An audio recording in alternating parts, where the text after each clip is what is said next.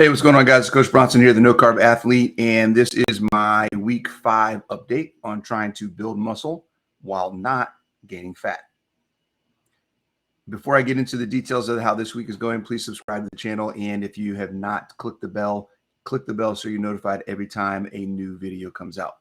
I'm 50 years old.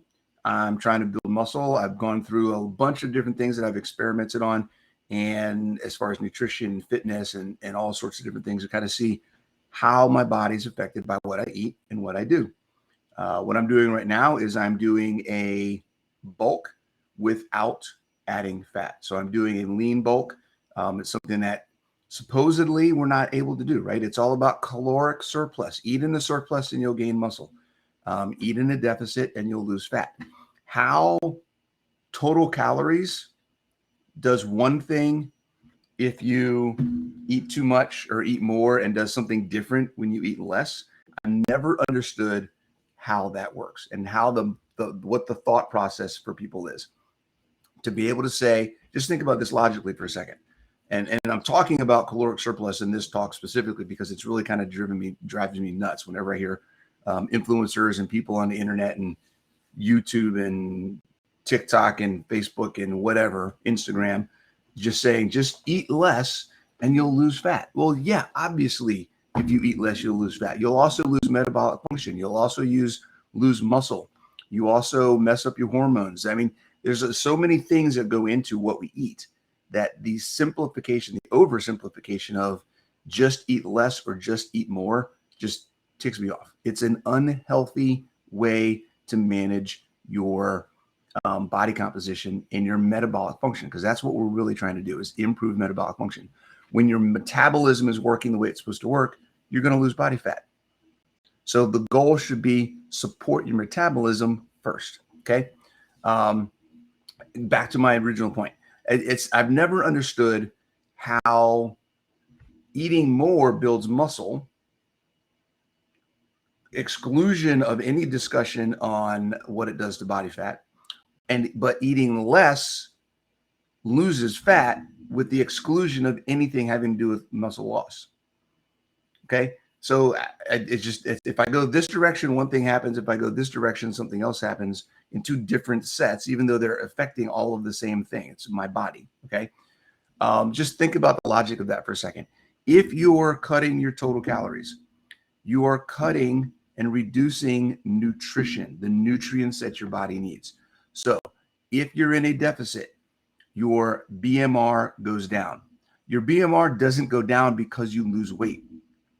Your BMR goes down because you're not giving it the nutrition that it needs to maintain function. Period. You lose muscle, you lose fat. Okay. You lose a lot of things because you're starving yourself. Okay. That is not a healthy thing to do. When you overeat, that's what caloric surplus is. Caloric surplus is another word for overeating. Okay. When you overeat, you are getting the protein that you need. So you're going to build muscle, right? You're finally giving your body everything it needs, but you're also giving it more fuel than it needs.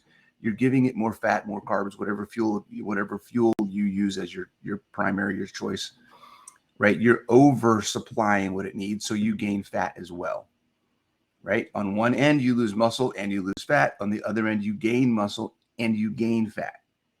Okay. Because you're bundling all of the thousands of things that your body does when it gets food into one function, calories. And all you're worried about is calories. Calories is like saying, I'm going to go work on my car, and then you open the door and shut the door. Like, that's all there is to it. There's so many things in your car that you could do to fix your car.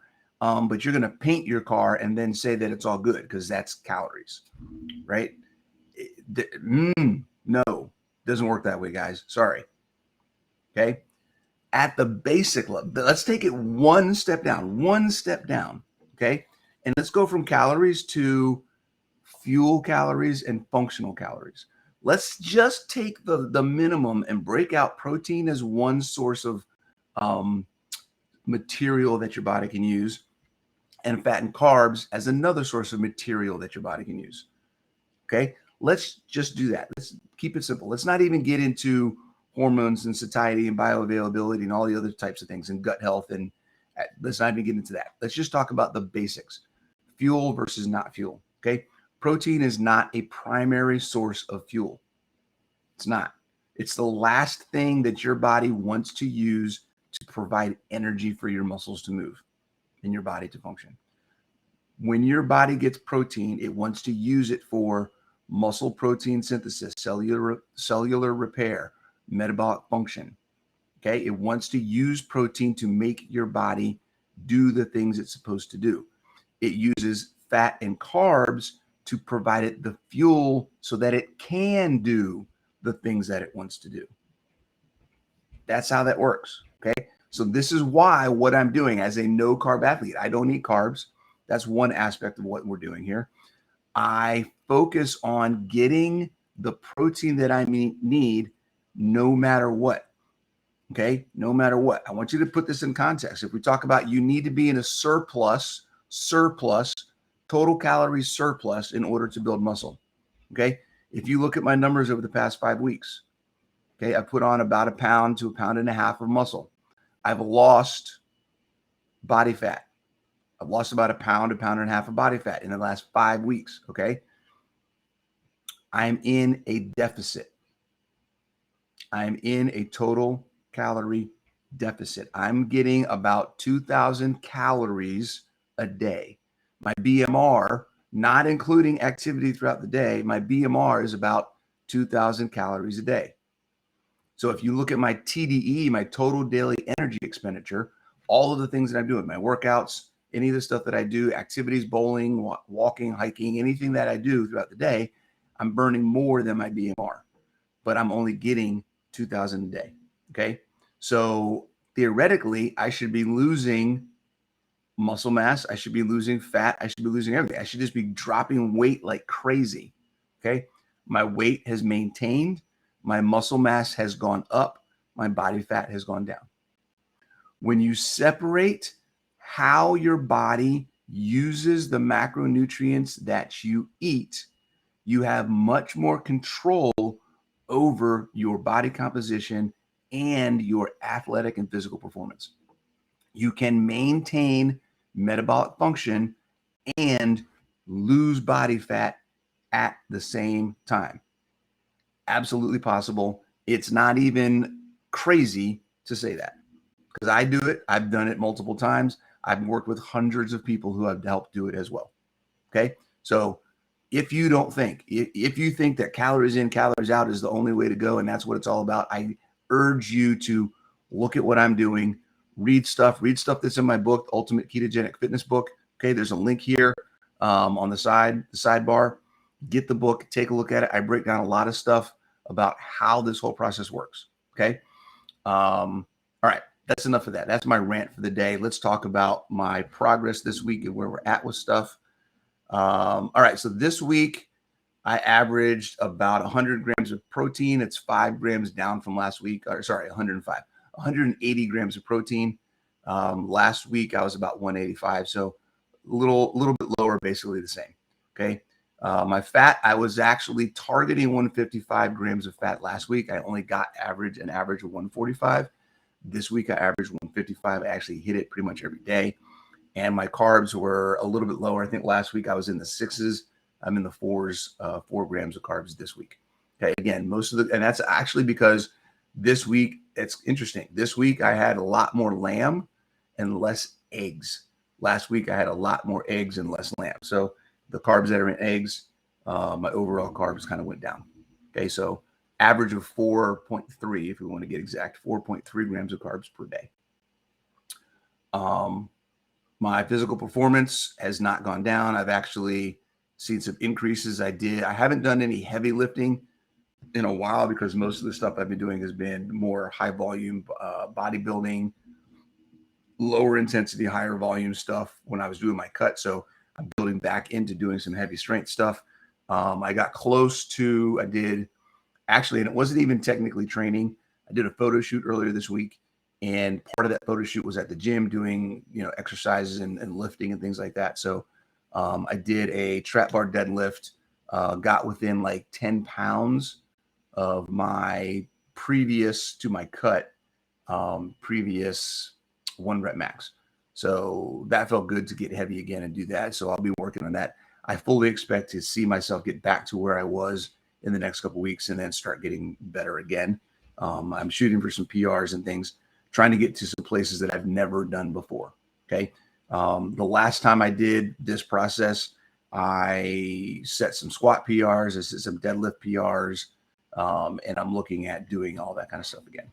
I'm looking at actually doing some Olympic lifting PRs, which I haven't worked on Olympic lifting in a while, specifically from a getting heavy perspective. So that's something I'm going to add to the list of things on physical performance metrics that we'll be looking at over the next few weeks as I go through this process, right? Working in a deficit, building muscle, losing fat, and improving strength and physical performance with less than 10 grams of carbs a day. Okay. Right. All right. Body composition numbers kind of fluctuated a little bit this week. My body fat mass went up a little bit. My body fat percentage obviously went up a little bit because of that. My skeletal muscle mass went down about 0.4 pounds. So just a fluctuation. Everything is about a 0.4. Yeah, exactly. Everything's about a 0.4 pound fluctuation. So nothing crazy, 0.4 pounds. That could just be, I got some poop that I haven't pooped out yet, right? The body's reading as something. I'm going to call that a pretty even maintenance phase, which means to me that 155 grams of fat, which is where I actually hit this week, is probably close to, if not right at my maximum energy threshold. So how much fat can I eat? How much fuel can I take in on a daily basis and maintain without adding body fat? Okay. So to test that, I'm going to do it one more week. 155 is the goal this week. If I still stay within that 0.3, 0.4, 0.5 pounds fluctuation up or down, then I'm going to know, okay, this is probably my max number for maintenance. And honestly, if it goes up again, so it went up this week, my body fat went up this week. If it goes up again next week, then that means technically 155 is above my energy threshold, because that means I've added week to week, and I want to find where that maintenance level is. So 145 may be a better number, since that's where I was last week and my numbers improved. So somewhere between 145 and 155 is kind of my expectation of where my maintenance number is, which means after this week, we'll see what my numbers do. Chances are the following week, I'll bump it back to 145 and see how things go from there. But this is a process, guys. It's trial and error. See what happens, see what works, see what your body's doing. If you're not tracking, then you don't know. This is why tracking is super important. This is why I love having an in-body scan. An HN20 is what I have at home. I can just get on it once a week, check my numbers, get all the metrics that I need to know the different things that my food is doing to my body other than just my weight. Okay. Calories and weight are the simplest numbers that you can look at to determine what's going on in your body.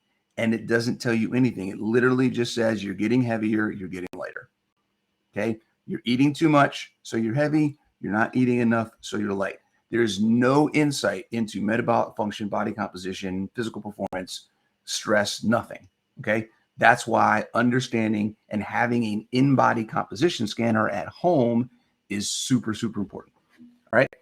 All right, guys, that's all I got for this week. I will see you next week and let you know what the numbers are.